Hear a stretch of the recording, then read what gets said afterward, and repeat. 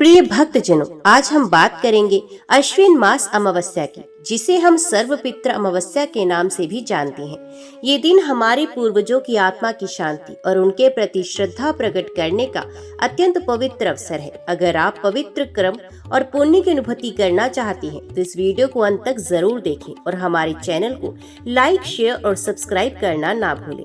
अश्विन मास अमावस्या के दिन पितृ तर्पण करना अत्यंत फलदायक माना जाता है। पितरों की कृपा से घर में सुख, शांति और समृद्धि आती है।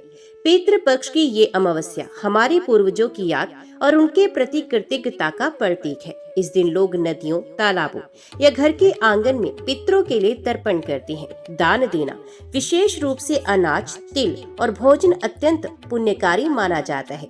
धार्मिक ग्रंथों में लिखा है कि इस दिन किए गए कर्म से पितृ प्रसन्न होते हैं और उनके आशीर्वाद से परिवार में सुख समृद्धि बनी रहती है।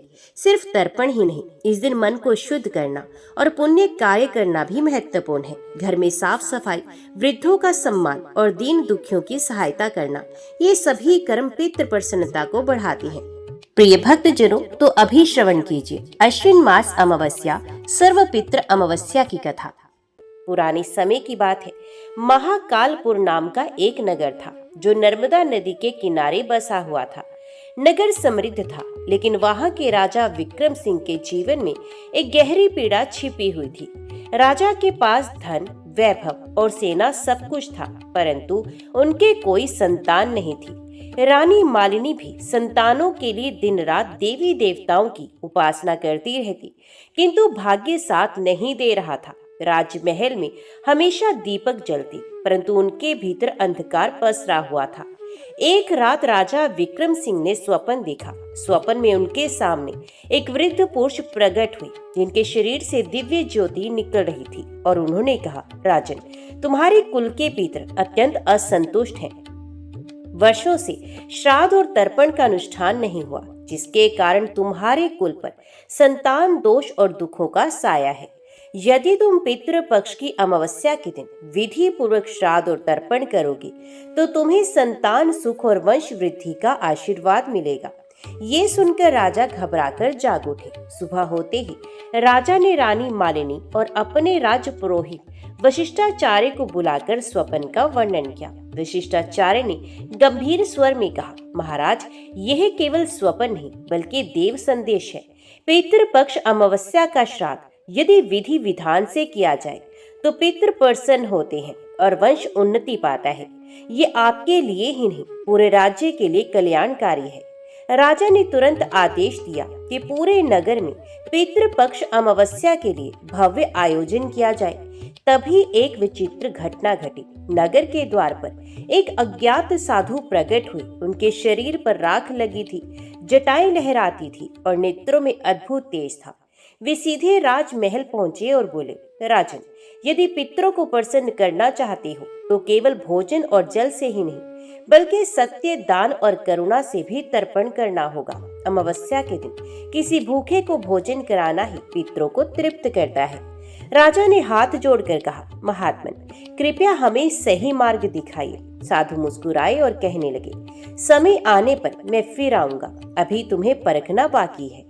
ये कहकर वे अचानक अंतर्ध्यान हो गए। इसी बीच नगर में एक गरीब विधवा सावित्री रहती थी। उसका एकमात्र बेटा बीमार पड़ गया। उसके पास दवा और भोजन तक के लिए पैसे नहीं थे। सावित्री रोज राजमहल के द्वार पर बैठकर ईश्वर से दया की भीख मांगती। पितृपक्ष शुरू हुआ, परंतु उसके घर में न दीपक था न अन्न। उसने रोते हुए आकाश की ओर देखा और कहा, हे पितृदेव, यदि आप कहीं हैं तो मेरी भी सुनो, मेरे बेटे की रक्षा करो। उसकी ये पुकार सीधी पितृलोक तक पहुंची। अमावस्या से एक दिन पहले राजा विक्रम सिंह ने नगर भ्रमण किया। तभी उनकी नजर सावित्री पर पड़ी। राजा ने पूछा कि हे माता, तुम इतनी दुखी क्यों हो? सावित्री ने रोते हुए सब कुछ बता दिया। राजा का हृदय द्रवित हो गया और उन्होंने आदेश दिया, कल अमावस्या के श्राद्ध में सबसे पहले इस माता और उसके पुत्र को भोजन कराया जाएगा, तभी मेरा तर्पण पूर्ण होगा। राज पुरोहित ने भी सहमति जताई। अमावस्या की रात्रि आई। पूरा नगर दीपों से जगमगा रहा था। गंगा नर्मदा के संगम पर असंख्य लोग अपने पितरों के लिए तर्पण कर रहे थे। राजा विक्रम सिंह ने वेद मंत्रों से श्राद्ध प्रारंभ किया और पहले सावित्री और उसके पुत्र को भोजन कराया। जैसे ही सावित्री के पुत्र ने पहला कौर मुंह में डाला, अचानक वातावरण बदल गया। आकाश से पुष्प वर्षा होने लगी। राजमहल में घनघोर प्रकाश छा गया और पितृगण प्रकट होकर कहने लगे, राजन, आज तुमने हमको तृप्त कर दिया। तुम्हारा वंश अब कभी समाप्त नहीं होगा। पितरों के आशीर्वाद से कुछ ही समय के बाद रानी मालिनी गर्भवती हुई और 9 महीने बाद एक तेजस्वी बालक का जन्म हुआ। नगर में उत्सव मनाया गया। सभी ने इसे पितृ पक्ष अमावस्या के श्राद्ध और दान का चमत्कार माना। लेकिन कहानी यहीं पर समाप्त नहीं होती, क्योंकि उसी बालक के जन्म के साथ एक छिपा हुआ रहस्य भी जन्मा था, जो आगे चलकर पूरे राज्य को संकट में डालने वाला था। राजा विक्रम सिंह और रानी मालिनी के घर जिस बालक ने जन्म लिया, उसका नाम रखा गया अनंत सेन। बालक अत्यंत तेजस्वी था। उसके शरीर से एक दिव्य आभा निकलती थी। नगरवासी कहते थे, ये तो अवश्य ही देवताओं का वरदान है। परंतु एक रहस्य छिपा था। जब बालक का जन्म हुआ, उसी रात नगर के शमशान में एक अद्भुत घटना घटी। शमशान की चिता पर अचानक एक वृद्ध पुरुष खड़े हो गए और आकाश की ओर देखते हुए बोले, अब समय आ गया है। ये बालक केवल राज्य की नहीं, बल्कि पितृलोक की परीक्षा का माध्यम बनेगा। कुछ ही वर्षों के बाद वही रहस्यमय साधु जो पहले राजमहल में प्रकट हुए थे, फिर से नगर में आए। उन्होंने राजा से कहा, राजन, तुम्हें संतान तो मिली है, परंतु ये मत भूलो कि ये वरदान तुम्हें पितृ पक्ष अमावस्या के कारण प्राप्त हुआ है। यदि आगे भी श्राद्ध और तर्पण करते रहोगे, तभी ये बालक दीर्घायु और राज्य को स्थिरता देगा, अन्यथा राज्य पर संकट आएगा। राजा ने तुरंत वचन दिया, महात्मन, मैं वंश के लिए ही नहीं, नगर के प्रत्येक घर के लिए श्राद्ध कराऊंगा। हर अमावस्या को गरीबों और भूखों को अन्न दान करूंगा। साधु मुस्कुराए, परंतु उनकी आंखों में एक गहरी चेतावनी छिपी हुई थी। बालक अनंत सेन बड़ा हुआ। वे विद्या, शौर्य और करुणा में अद्वितीय था। लेकिन एक दिन नगर में एक भविष्य वक्ता आया। उसने राजा से कहा, हे राजन, ये बालक तुम्हारे कुल का रतन है, परंतु सावधान, जिस दिन ये अमावस्या के दिन व्रत श्राद्ध में शामिल नहीं होगा, उस दिन राज्य पर बड़ा संकट टूट पड़ेगा। राजा चौंक उठे।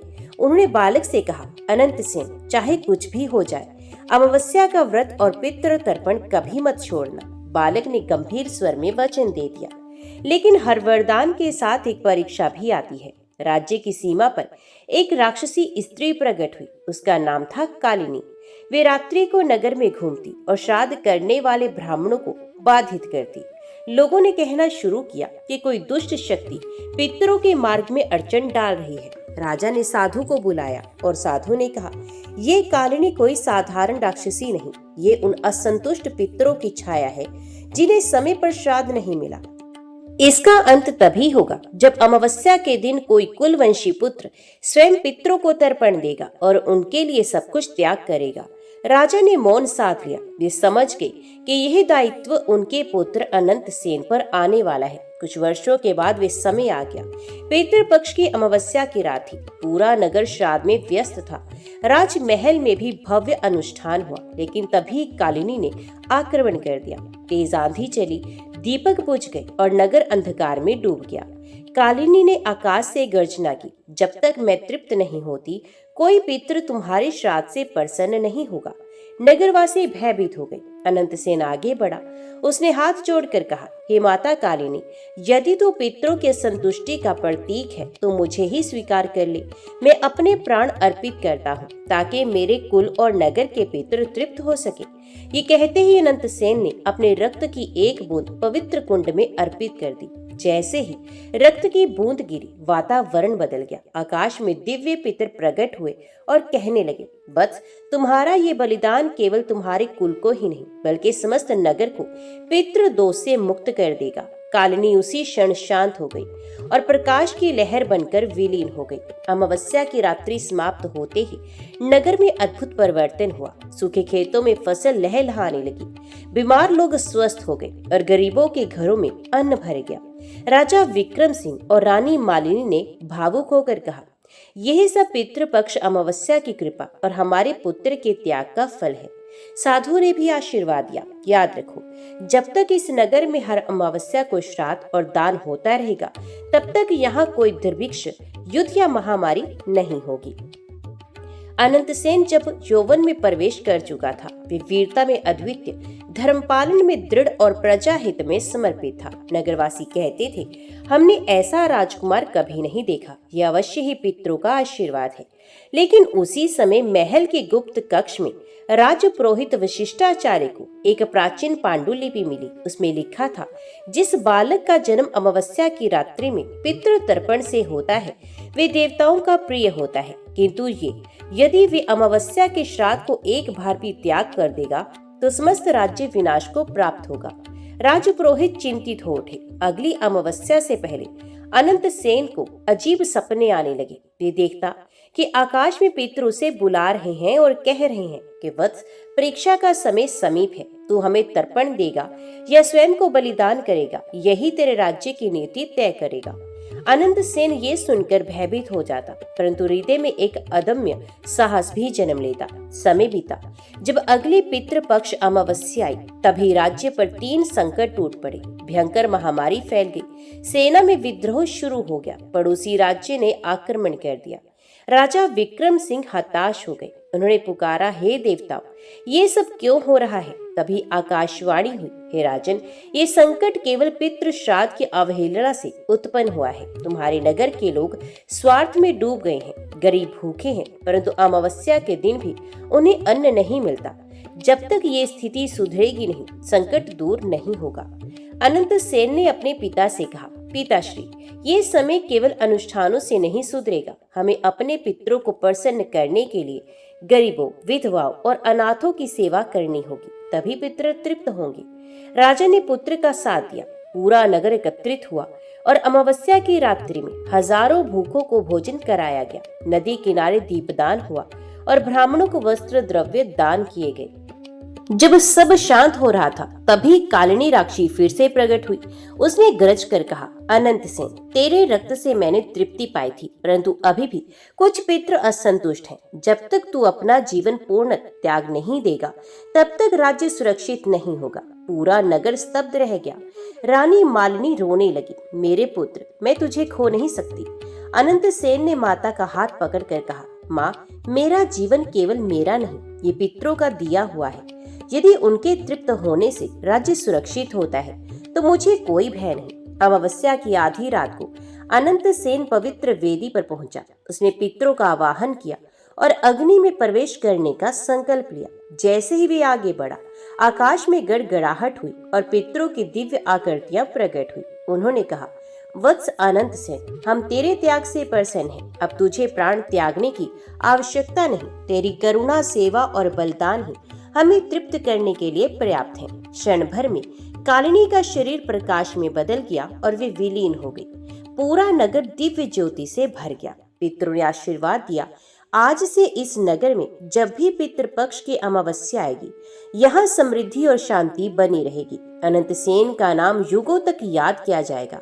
ये कथा सुनने और श्राद्ध करने से हर कुल के पितृ तृप्त होंगे और वंश की उन्नति होगी। राजा विक्रम सिंह भाव विवल होकर बोले, हे पितृदेव, आपके आशीर्वाद से ही हमारा वंश सुरक्षित है। हम वचन देते हैं कि इस नगर में अमावस्या की रात्रि भूखा कोई नहीं रहेगा। कालिनी के विलय होने और पितरों के आशीर्वाद के बाद नगर में उत्सव छा गया। लोग कहते थे कि यह केवल अमावस्या का चमत्कार है। जब जब हम श्राद्ध, तर्पण और दान करेंगे, तब तब पितृ हमारी रक्षा करेंगे। अनंतसेन अब युवराज बना दिया गया। उसकी ख्याति दूर दूर तक फैलने लगी। पड़ोसी राज्य भी उसकी धर्मनिष्ठा और पराक्रम से प्रभावित हो गए।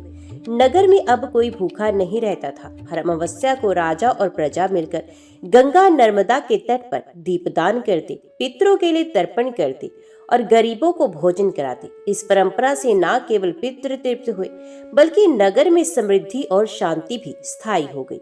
रानी मालिनी की आंखों से आंसू बहते, पर इस बार वे दुख के नहीं, बल्कि गर्व और प्रसन्नता के थे। वे कहती थी, अनंतसेन, तू केवल मेरा पुत्र नहीं, बल्कि पूरे नगर का रक्षक है। एक दिन वही रहस्यमय साधु पुनः प्रकट हुए।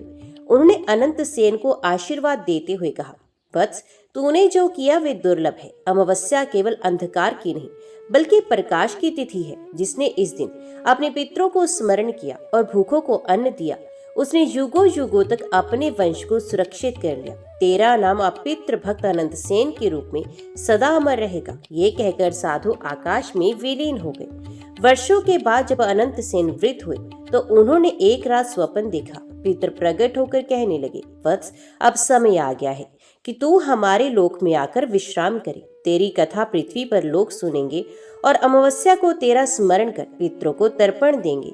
अगले ही दिन अमावस्या की रात थी। अनंत सेन गंगा तट पर दीपदान करके शांत चित्त से बैठ गए। आकाश से दिव्य रथ उतरा और पितरों के दूत उन्हें अपने साथ ले गए। नगरवासियों ने देखा कि अनंत सेन का शरीर प्रकाश में बदल गया और वे विलीन हो गए। उस दिन से नगर में एक नियम बना, हर अमावस्या को श्राद्ध, तर्पण और अन्नदान अवश्य होगा। लोग कहते, जो अमावस्या के दिन अपने पितरों को स्मरण करता है वे न केवल पितरों को तृप्त करता है बल्कि अपने वंशजों के लिए सुख समृद्धि भी सुनिश्चित करता है। राजा विक्रम सिंह की वंश परंपरा आगे बढ़ी और नगर का नाम हुआ पितृपुर। आज भी वहाँ लोग कहते हैं कि अमावस्या की रात जब दीपदान होता है तो आकाश से पुष्प वर्षा होती है। तो प्रिय भक्तों, इस कथा से हमें यही शिक्षा मिलती है कि अमावस्या पितरों की प्रिय तिथि है।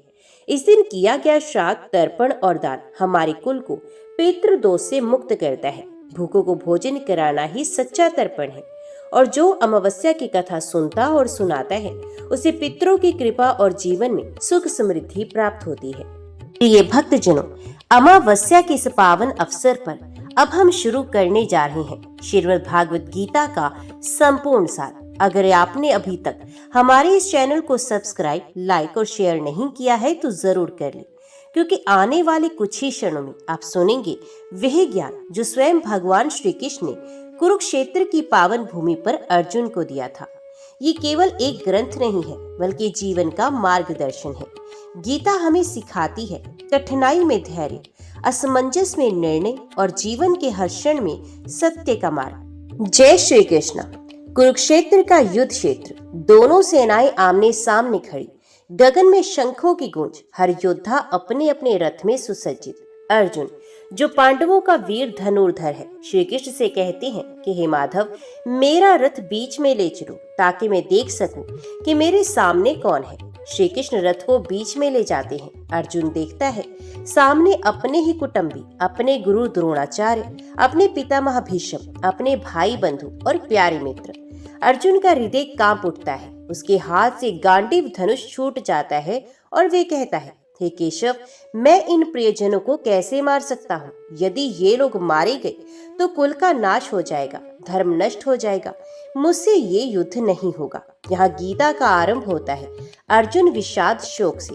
ये विषाद हमें दिखाता है कि जब मन भ्रमित होता है तो सबसे महान योद्धा भी निराश हो जाता है।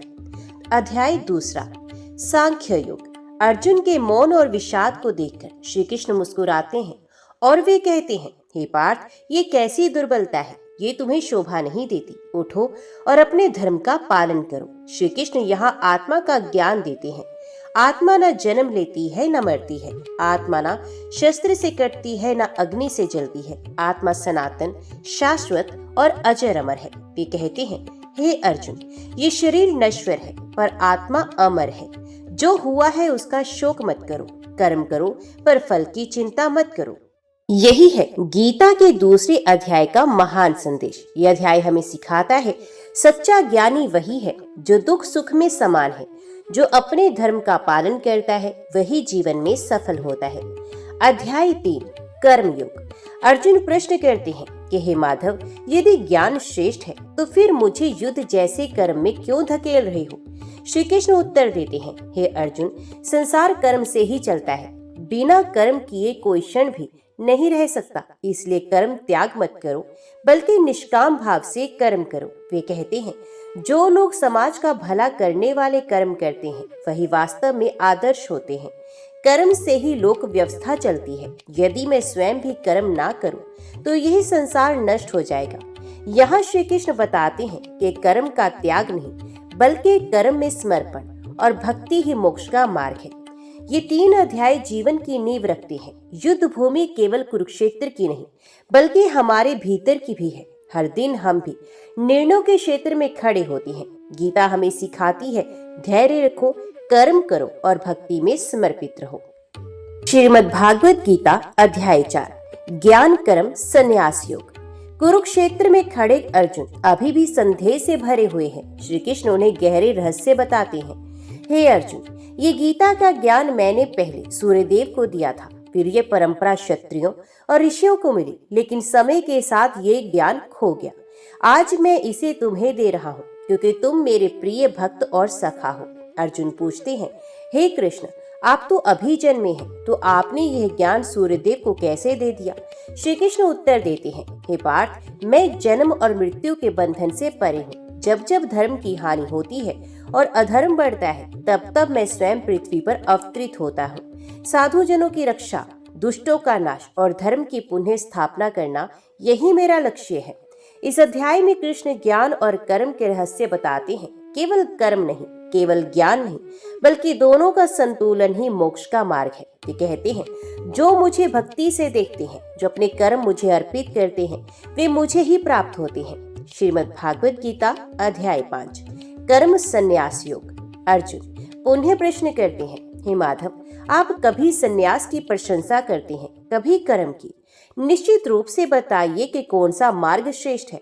श्री कृष्ण मुस्कुराते हुए कहते हैं, हे अर्जुन, केवल संन्यास से नहीं, बल्कि कर्मयोगी ही श्रेष्ठ होता है। जो आसक्ति छोड़कर कर्म करता है, वही वास्तव में सन्यासी है।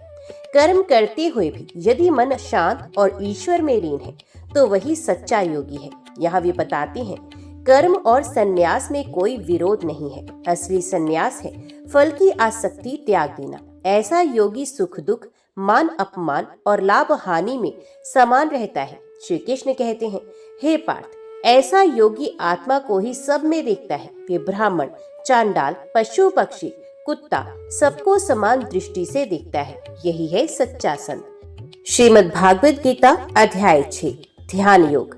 अब श्री कृष्ण अर्जुन को ध्यान योग्य का रहस्य बताते हैं। हे अर्जुन, सच्चा योगी वही है जो ना ज्यादा खाता है, ना ज्यादा उपवास करता है, ना ज्यादा सोता है, ना ज्यादा जागता है, जो संयमित जीवन जीता है, वही योग को प्राप्त करता है। वे ध्यान की साधना का वर्णन करते हैं कि योगी एकांत स्थान पर बैठे, आसन स्थिर हो, मन और इंद्रियां संयमित हो, दृष्टि नासिका पर टिकी हो और मन केवल भगवान पर केंद्रित हो। श्री कृष्ण कहते हैं, जो मन को मुझ में स्थिर करता है, वही सर्वोत्तम योगी है। भले ही कोई तपस्वी हो, ज्ञानवान हो या कर्म योगी, लेकिन सबसे श्रेष्ठ वही है जो भक्ति भाव से मुझे स्मरण करता है। यहाँ वे बताते हैं, योग का परम फल है भक्ति। योगी केवल अंतम संयमी नहीं, बल्कि ईश्वर भक्त भी होता है। यहाँ गीता हमें सिखाती है, सच्चा योग केवल शरीर का अभ्यास नहीं, बल्कि मन का संयम और भक्ति का भाव है। श्रीमद् भागवत गीता अध्याय 7, ज्ञान विज्ञान योग। श्री कृष्ण अर्जुन से कहते हैं, हे पार्थ, अब मैं तुम्हें ऐसा ज्ञान और विज्ञान बताऊंगा जिसे जानने के बाद तुम्हें और कुछ जानने की आवश्यकता नहीं रहेगी।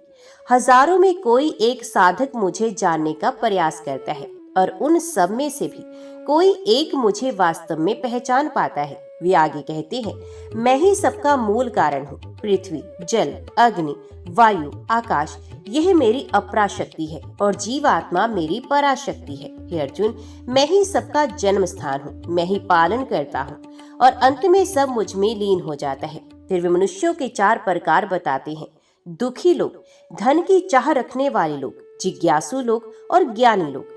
इनमें सबसे श्रेष्ठ ज्ञानी लोग हैं, क्योंकि ये मुझे भक्ति से जानता है।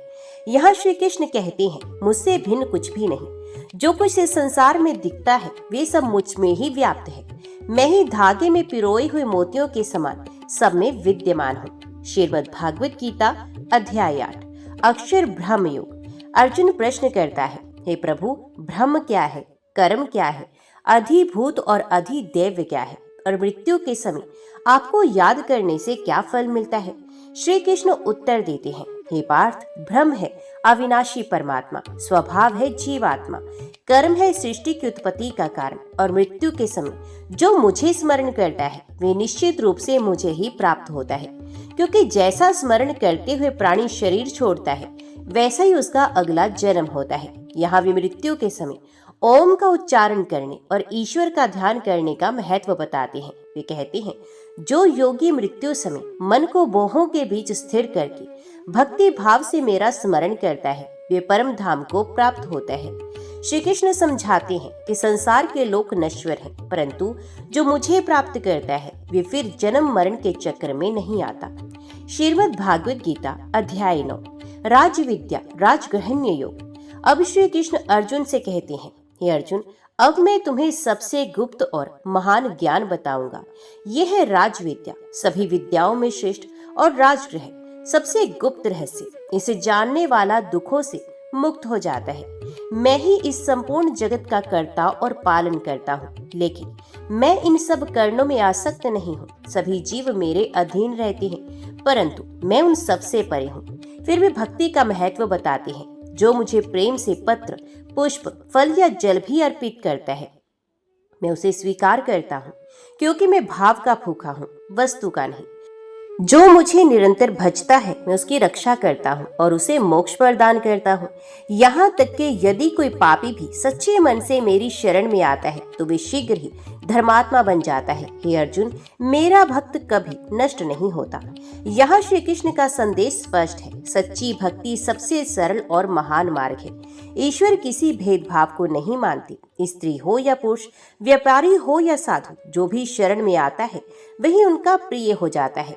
श्रीमद् भागवत गीता अध्याय 10 विभूति योग। श्री कृष्ण मुस्कुराते हुए अर्जुन से कहते हैं, हे पार्थ, मैं फिर से अपनी दिव्य विभूतियों का वर्णन करूंगा। मेरा कोई अंत नहीं, परंतु मैं तुम्हें संक्षेप में बताता हूँ। वे बताते हैं कि मैं आत्मा हूँ जो सबके हृदय में निवास करता है। मैं ही आदि, मध्य और अंत हूँ। मैं सूर्य में तेज, चंद्रमा में शीतलता, अग्नि में ज्वाला और जीवन में प्राण हूँ। मैं ही गंगा में पवित्रता, हिमालय में ऊंचाई और सिंह में बल हूँ। मैं ही ऋषियों में नारद, गंधर्वों में चित्रक, ग्रहों में बृहस्पति और योद्धाओं में राम हूँ। अर्जुन मंत्र मुग्ध होकर ये सब सुनते हैं। वे कहते हैं, हे प्रभु, आपकी विभूतियों का कोई अंत नहीं। मैं जानता हूँ कि आप ही सबके मूल कारण हैं। अब मैं आपके विराट स्वरूप का दर्शन करना चाहता हूँ। श्रीमद् भागवत गीता अध्याय 11 विश्व रूप दर्शन योग। श्री कृष्ण अर्जुन से कहते हैं, हे पार्थ, तुम मेरे विराट रूप को देखो जो तीनों लोकों में व्याप्त है, लेकिन तुम्हारी आंखें इस दर्शन को सहन नहीं कर पाएंगी, इसलिए मैं तुम्हें दिव्य दृष्टि देता हूँ। और तभी अर्जुन देखता है असंख्य मुख और नेत्र, असंख्य भुजाएं और अद्भुत आभूषण, सूर्य और अग्नि के समान तेजस्वी प्रकाश। वे देखता है देवता, ऋषि, गंधर्व सब उसी रूप में समाये हुए हैं। काल का भयानक स्वरूप, जहाँ सब योद्धा कृष्ण के मुख में प्रवेश कर रहे हैं। अर्जुन भयभीत होकर कहता है, हे प्रभु, मैं आपकी इस अद्भुत और भयानक रूप को देखकर स्तब्ध हूँ। कृपया करके अपना चिर परिचित शांत रूप धारण कीजिए। श्री कृष्ण हंसते हुए कहते हैं, हे अर्जुन, ये सब योद्धा पहले ही मुझसे मारे जा चुके हैं। तुम केवल निमित्त मात्र बनो। उठो और अपना कर्तव्य निभाओ। यहाँ अर्जुन समझता है कि श्री कृष्ण केवल मित्र नहीं, बल्कि स्वयं परमेश्वर है। श्रीमद् भागवत गीता अध्याय 12 भक्ति योग। अब अर्जुन पूछते हैं, हे प्रभु, कौन श्रेष्ठ है, जो निराकार ब्रह्म की उपासना करता है या जो आपके साकार रूप की भक्ति करता है? श्री कृष्ण उत्तर देते हैं, हे पार्थ, जो मेरे साकार रूप की भक्ति करता है, प्रेम से मेरा स्मरण करता है, वही मुझे शीघ्र प्राप्त करता है। निराकार उपासना भी संभव है, परंतु वे कठिन मार्ग है। सच्ची सरल भक्ति ही श्रेष्ठ है। फिर वे भक्त के लक्षण बताते हैं कि जो किसी से द्वेष नहीं करता, जो सबके प्रति करुणा रखता है, जो अहंकार रहित है, जो क्षमाशील है, जो सुख दुख में समान है, जो संतुष्ट और ईश्वर में अटल है, वही मेरा प्रिय भक्त है। श्री कृष्ण कहते हैं, ऐसे भक्त मुझे अत्यंत प्रिय होते हैं। जो भक्ति से मेरे शरण में आते हैं, उन्हें मैं कभी नहीं त्यागता। श्रीमद् भागवत गीता अध्याय 13 क्षेत्र क्षेत्रज्ञ विभाग योग। अर्जुन ने पूछा कि हे माधव, कृपया मुझे क्षेत्र, शरीर और क्षेत्रज्ञ जो उसे जानता है का भेद बताइए। श्री कृष्ण ने कहा, हे पार्थ, ये शरीर ही क्षेत्र है और जो इसे जानता है वे क्षेत्रज्ञ है, परंतु वास्तव में सभी शरीरों में क्षेत्रज्ञ मैं ही हूँ। फिर वे ज्ञान की परिभाषा बताते हैं, विनम्रता, अहिंसा, क्षमा, सादगी, गुरु के प्रति श्रद्धा और आत्म संयम, यही सच्चा ज्ञान है। बाकी सब अज्ञान है। श्री कृष्ण आगे कहते हैं, हे अर्जुन, मैं ही सबका आदि, मध्य और अंत हूँ। जो मुझे जानता है वही वास्तव में क्षेत्र और क्षेत्रज्ञ का रहस्य समझता है। इस अध्याय का संदेश है, शरीर नश्वर है पर आत्मा शाश्वत है और परमात्मा ही सब आत्माओं का साक्षी है। श्रीमद् भागवत गीता अध्याय 14 गुण त्रय विभाग योग। श्री कृष्ण कहते हैं, हे अर्जुन, अब मैं तुम्हें 3 गुणों का ज्ञान दूंगा, सत्व, रजस और तमस। ये तीनों प्रकृति से उत्पन्न होते हैं और जीव को बांध के रखते हैं। सत्व गुण शुद्ध, प्रकाशमान और ज्ञान देने वाला। सत्व से मनुष्य शांति और संतोष को प्राप्त करता है। रजस गुण इच्छा और कर्म प्रधान, यह आसक्ति और फल की कामना से बांधता है। तमस गुण अज्ञान और आलस्य से युक्त, ये मोह, प्रमाद और नींद में डुबो देता है। श्री कृष्ण कहते हैं कि हे अर्जुन, जब सत्व बढ़ता है तो ज्ञान की ज्योति जलती है, जब रजस बढ़ता है तो लोभ और असंतोष बढ़ता है, और जब तमस बढ़ता है तो अंधकार और आलस्य छा जाता है। फिर वे बताते हैं, जो इन तीनों गुणों से ऊपर उठ जाता है वही वास्तव में मुक्त होता है। ऐसा पुरुष सुख दुख, मान अपमान में समान रहता है और केवल मेरी शरण में आता है। श्रीमद् भागवत गीता अध्याय 15 पुरुषोत्तम युग। श्री कृष्ण अब अर्जुन को आश्वत्थ वृक्ष का उदाहरण देते हैं। हे पार्थ, इस संसार को एक पीपल के वृक्ष के समान समझो, जिसकी जड़ ऊपर है परमात्मा में और जिसकी शाखाएं नीचे फैली हैं संसार में। जो इस वृक्ष को विवेक की तलवार से काट देता है वही मुझे प्राप्त करता है। वे आगे कहते हैं, सभी जीव मेरे अंश हैं। मन और इंद्रियों से युक्त होकर वे संसार में भटकते हैं। मैं ही सूर्य में प्रकाश, चंद्रमा में शीतलता और अग्नि में ताप हूँ। हे अर्जुन, जो लोग मुझे भजते हैं वे जन्म और मृत्यु से परे जाकर अमर हो जाते हैं। इस अध्याय में श्री कृष्ण बताते हैं कि वे ही पुरुषोत्तम हैं, जो नश्वर और अविनाशी दोनों से परे हैं। जो भक्ति से उन्हें जानता है वही वास्तव में मुक्ति को प्राप्त करता है। श्रीमद् भागवत गीता अध्याय 16 देवासुर संपद विभाग योग। अर्जुन ने पूछा, हे माधव, मनुष्य के भीतर देवी और आसुरी गुण कैसे पहचाने जाते हैं? भगवान श्री कृष्ण ने कहा, हे पार्थ, देवी गुण है निडरता, पवित्रता, आत्म संयम, अहिंसा, करुणा, सत्य, शांति, दान, तप और विनम्रता। आसुरी गुण है क्रोध, दंभ, कपट, कठोरता, अज्ञान और काम वासना। देवी स्वभाव वाला जीव मोक्ष की ओर जाता है, आसुरी स्वभाव वाला जीव नरक में गिरता है। जीवन शिक्षा हमें अपने भीतर देवी गुणों को विकसित करना चाहिए और आसुरी प्रवृत्तियों को त्यागना चाहिए। श्रीमद् भागवत गीता अध्याय 17 श्रद्धा त्रय विभाग योग। अर्जुन ने पूछा, हे केशव, जो लोग शास्त्रों का पालन ना करके श्रद्धा से पूजन करते हैं उनकी श्रद्धा कैसी मानी जाए? भगवान ने कहा, श्रद्धा भी 3 प्रकार की होती है। सात्विक श्रद्धा, देवताओं और गुरु में आस्था। राजसिक श्रद्धा, भूत प्रेम और शक्तियों की पूजा।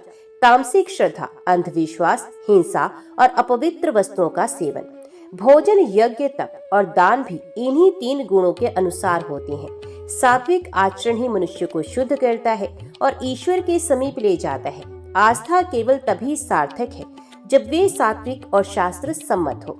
श्रीमद् भागवत गीता अध्याय 18 मोक्ष संन्यास योग। ये गीता का अंतिम और सबसे गहन अध्याय है। अर्जुन ने पूछा, हे महाबाहो, संन्यास और त्याग में क्या अंतर है? भगवान श्री कृष्ण ने कहा, हे पार्थ, संन्यास का अर्थ है कर्मों के फल का त्याग। त्याग का अर्थ है स्वार्थ और आसक्ति का त्याग। मनुष्य जन्म से ही अपने कर्तव्यों से जुड़ा होता है। ब्राह्मण, क्षत्रिय, वैश्य और शूद्र सबका अपना अपना धर्म है। उसे करते हुए यदि साधक मुझे भजता है तो वे मोक्ष को प्राप्त करता है। तो श्री कृष्ण ने अर्जुन को सीधा संदेश दिया, हे अर्जुन, सब धर्मों को छोड़कर केवल मेरी शरण में आओ, मैं तुम्हें सब पापों से मुक्त कर दूंगा, भय मत करो। ये सुनकर अर्जुन का मोह नष्ट हो गया और उसने कहा, हे कृष्ण, अब मेरी स्मृति लौट आई है, मैं आपकी शरण में हूँ और युद्ध करूंगा। गीता का अंतिम और सर्वोच्च संदेश यही है कि मनुष्य हर परिस्थिति में ईश्वर की शरण ग्रहण करे। श्रीमद् भागवत गीता हमें सिखाती है, कर्म करो परंतु फल की चिंता मत करो। आत्मा अमर है, शरीर नश्वर है। भक्ति, ज्ञान और योग सबका अंतिम लक्ष्य ईश्वर की शरण है। केवल श्री कृष्ण की शरण में जाने से ही मोक्ष मिलता है। भारतीय संस्कृति में हर तिथि और पर्व का एक गहरा धार्मिक, आध्यात्मिक और सामाजिक महत्व होता है। जैसे पूर्णिमा चांदनी का प्रतीक है, वैसे ही अमावस्या अंधकार और तपस्या का प्रतीक मानी गई है। अमावस्या की रात को चांद पूरी तरह से लुप्त हो जाता है। आसमान में केवल अंधकार ही अंधकार छा जाता है, परंतु इसी अंधकार में साधक को प्रकाश की खोज करनी होती है। कहते हैं, जहाँ अंधकार गहन होता है वहीं से उजाले की शुरुआत होती है। अमावस्या का दिन पितरों की पूजा, श्राद्ध, दान और तपस्या का दिन माना गया है। विशेषकर इस दिन किए गए दान, पूजा और अन्न वितरण का फल अनंत गुना बढ़ जाता है।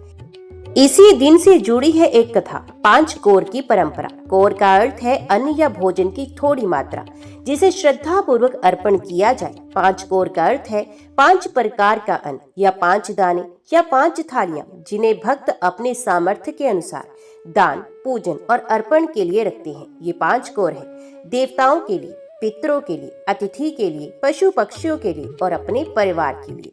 इस परंपरा का मूल संदेश है, जो भी मिले उसमें से पहले दूसरों का हिस्सा अलग करो। यही सच्चा धर्म और पुण्य है। बहुत समय पहले एक प्राचीन गांव था। ये गांव हरे भरे खेतों, तालाबों और बाग बगीचों से घिरा हुआ था। लेकिन गांव के बीचों बीच एक टूटी फूटी झोपड़ी में रामू नाम का एक गरीब किसान अपनी पत्नी गौरी के साथ रहता था। रामू साधारण किसान था, दिन रात खेत में मेहनत करता, परंतु मौसम की मार, सूखा और अकाल के कारण उसकी फसल कभी अच्छी नहीं होती। पत्नी गौरी बहुत ही धर्मपरायण थी। वे हर दिन मिट्टी के चूल्हे पर थोड़ा सा भोजन पकाती और भगवान को प्रणाम कर खाने से पहले एक दाना गाय, चींटी और पक्षियों को देती। परंतु गरीबी इतनी थी कि कई बार दोनों को भूखे पेट सोना पड़ता। फटे कपड़े, टूटी झोपड़ी और जीवन में हर जगह अभाव, फिर भी दोनों के दिल में भक्ति और विश्वास था। गौरी अक्सर कहती, रामू, हम गरीब जरूर हैं, परंतु भगवान के घर देर है, अंधेर नहीं। एक दिन हमारी भी सुनवाई होगी। रामू मुस्कुराकर कहता, गौरी, तेरा विश्वास ही मेरी ताकत है। जब तू इतना धैर्य रख सकती है तो मैं क्यों हार मानूं। एक बार सावन का महीना आया, चारों ओर बारिश का मौसम था, लेकिन इस बार भी रामू की फसल खराब हो चुकी थी। झोपड़ी में खाने के लिए मुश्किल से 2 मुट्ठी चावल और थोड़ा सा आटा बचा था। उसी समय गांव में पुजारी ने घोषणा की, कल अमावस्या का दिन है। इस दिन जो भी श्रद्धा पूर्वक 5 कोर अर्पण करेगा उसके जीवन से दरिद्रता दूर होगी और हर घर में सुख समृद्धि आएगी। गौरी ने रामू से कहा कि सुनो, कल अमावस्या है, हमें भी 5 कोर अर्पण करना चाहिए। रामू ने दुखी होकर कहा, गौरी, हमारे पास तो खाने को ही नहीं, 5 कोर कहाँ से लाएंगे। अगर हम वे भी दान कर देंगे तो भूखे मर जाएंगे। गौरी की आंखों में आंसू आ गए और वो कहने लगी, रामू, जब तक हम भगवान पर विश्वास करेंगे तब तक भूखे नहीं मरेंगे। याद है ना, माँ कहती थी, दान से कभी किसी का नुकसान नहीं होता, बल्कि दान करने वाले का भंडार और भरता है। रामू चुप हो गया और सोचने लगा, गौरी सही कह रही है, जो कुछ भी है वही भगवान का दिया है। अगर उसी का अंश अर्पित कर दूं तो क्या हानि। उसी रात रामू ने एक अद्भुत स्वप्न देखा। उसने देखा कि एक दिव्य पुरुष पीतांबर धारण की, हाथ में शंख, चक्र, गदा और पद्म लिए उसके सामने खड़े हैं। उनके मुख से दिव्य आभा निकल रही थी। उन्होंने कहा, रामू, कल अमावस्या है। यदि तू श्रद्धा से 5 कोर अर्पण करेगा तो तेरा जीवन बदल जाएगा, लेकिन यदि तू मोहवश इसे रोक लेगा तो दरिद्रता तुझे कभी नहीं छोड़ेगी। रामू घबराकर उठ बैठा। उसने गौरी को जगाया और कहा, गौरी, मैंने अद्भुत स्वप्न देखा। स्वयं भगवान आए और उन्होंने 5 कोर अर्पण करने का आदेश दिया है। गौरी ने भगवान का नाम लिया और कहा, फिर तो अब कोई संदेह ही नहीं, चाहे हमारे पास कितना भी कम हो, हमें अर्पण करना ही होगा। अगली सुबह जब सूर्य उगा तो आसमान पर काले बादल छाए हुए थे। हल्की हल्की बूंदाबांदी हो रही थी। गांव के लोग जल्दी जल्दी नदी किनारे स्नान करने जा रहे थे ताकि अमावस्या का पुण्य स्नान कर सके। हर घर में पूजा पाठ की तैयारी हो रही थी। रामू और गौरी भी जाग गए। उनके घर में पूजा के लिए ज्यादा सामग्री नहीं थी, बस मिट्टी का एक छोटा सा दिया, थोड़ी सी चावल की ढेरी और एक कटोरी पानी। गौरी ने चूल्हा जलाकर थोड़ा सा आटा गूंथा। उसने 4-5 छोटे छोटे रोट बनाए और चावल का हल्का सा भात पकाया। यही उनके घर का 5 कोर बनने वाला था। रामू बोला, गौरी, सच कहूँ तो मेरा मन डर रहा है। अगर हमने ये भी अर्पण कर दिया तो शाम को खाने को क्या बचेगा। गौरी मुस्कुराई और उसने कहा, रामू, जब भगवान ने स्वप्न में आदेश दिया है तो वे हमारी भूख की चिंता करेंगे। तो चिंता मत कर, विश्वास रख। गौरी ने 5 थालियां सजाई। पहली थाली में 1 रोटी और थोड़ा सा भात देवताओं के लिए, दूसरी थाली में वही पितरों के लिए, तीसरी थाली अतिथि के लिए, चौथी थाली गाय और पक्षियों के लिए, 5वीं थाली अपने और रामू के लिए। उसने मिट्टी का दिया जलाया, भगवान का नाम लिया और धीरे धीरे से बोले, हे नारायण, ये 5 कौर हमारी श्रद्धा के प्रतीक है, इसे स्वीकार कीजिए। पहला कौर देवताओं के लिए। रामू और गौरी ने पहला कौर पास के मंदिर में जाकर अर्पित किया। मंदिर में भगवान विष्णु की सुंदर प्रतिमा थी।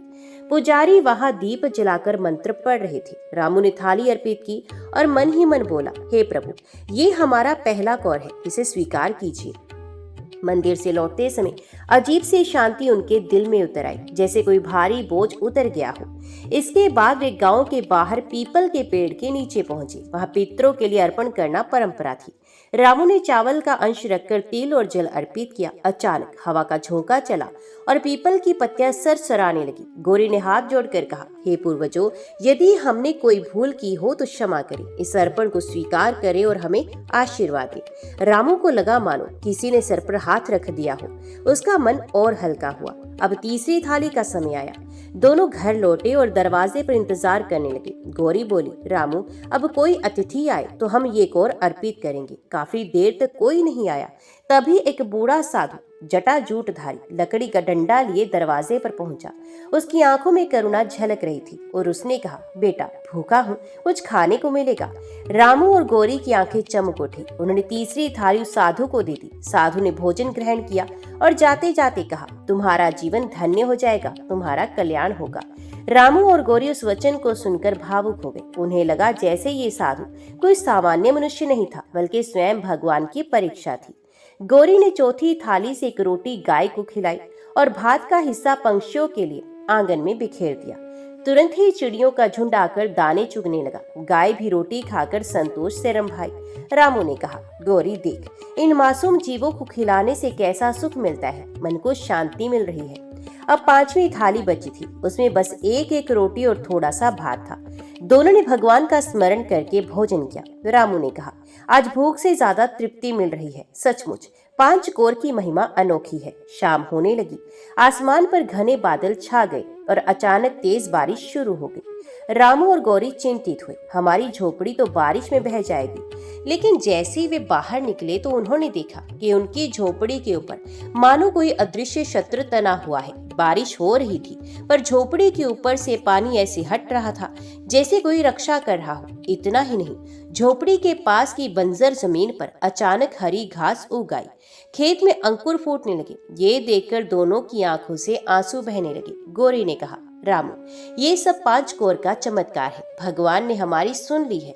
रामू ने हाथ जोड़कर आकाश की ओर देखा और कहा, हे प्रभु, हम आपके ऋणी हैं। हमें गरीब से अमीर ना बनाओ, बस श्रद्धा और भक्ति कभी ना छीनना।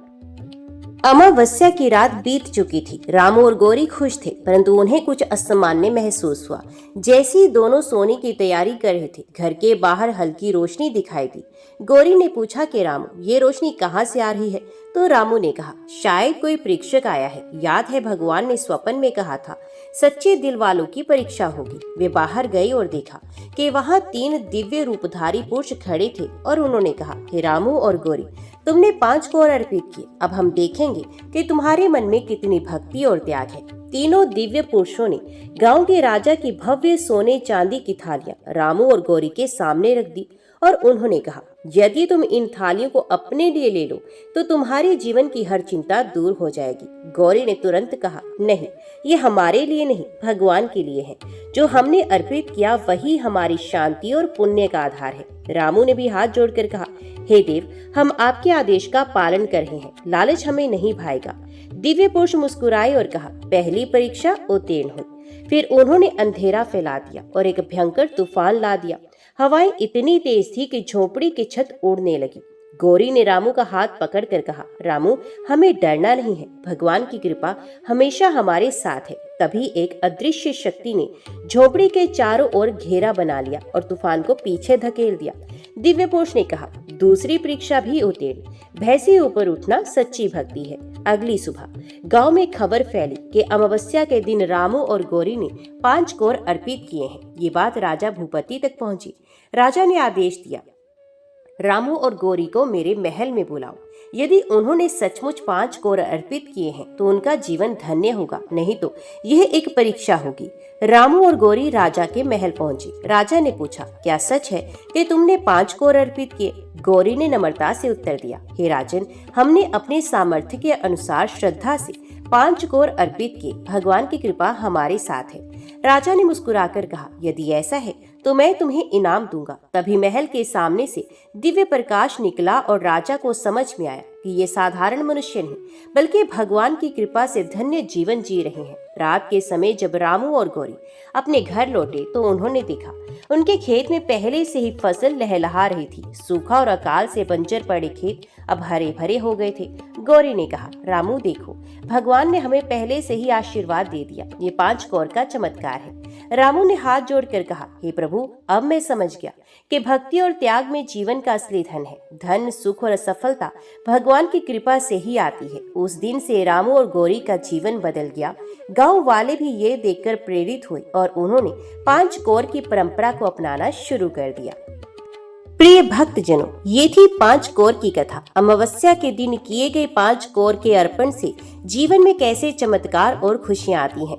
याद रखिए, भक्ति और श्रद्धा से किया गया दान हमेशा फलदायी होता है। त्याग और सहयोग से न केवल आपके जीवन में शांति आती है बल्कि आपके आसपास के लोग भी खुश रहते हैं। 5 कौर केवल अन्न नहीं बल्कि आस्था, प्रेम और करुणा का प्रतीक है। रामू और गौरी की तरह अगर हम अपने सामर्थ्य के अनुसार दूसरों के लिए कुछ अर्पित करें तो भगवान की कृपा से जीवन बदल सकता है। अगर आपको ये कहानी पसंद आई हो तो वीडियो को लाइक और शेयर करना ना भूलें और हाँ, हमारे चैनल को सब्सक्राइब जरूर करें ताकि आप ऐसे ही प्रेरणादायक कथाएं हमेशा सुन सकें। उन्हें मिलते हैं एक और कथा के साथ। तो अंत तक वीडियो में बने रहने के लिए आप सभी का दिल से धन्यवाद। जय श्री हरि, जय श्री कृष्णा।